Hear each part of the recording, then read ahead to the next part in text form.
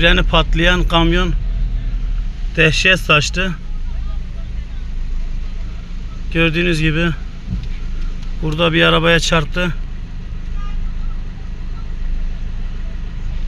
Aşağıda da nerede durdu Allah bilir.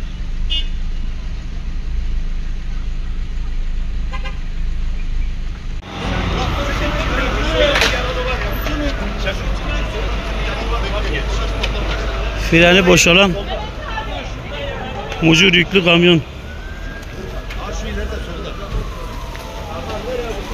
Onlarca araca çarpıp devrildi. Burası savaş alanı.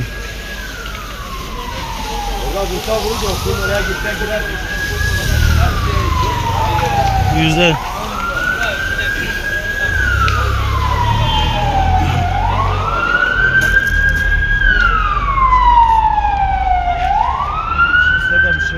şükür yok.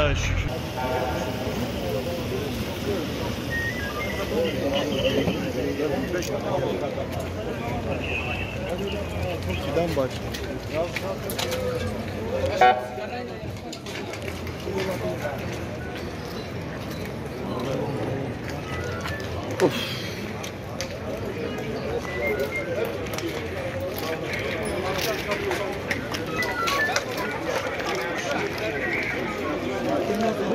Bekir abi. Amca. Ambulansın önüne çık. Gel önüne. Gene iyidir. İyi ki şu aşağıya gidiyor. Şu araba aşağıya gitse o kadar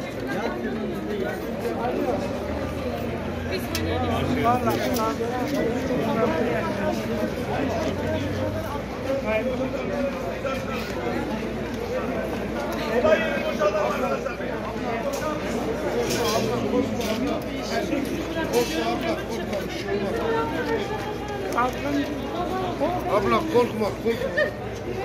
Bir şey yok.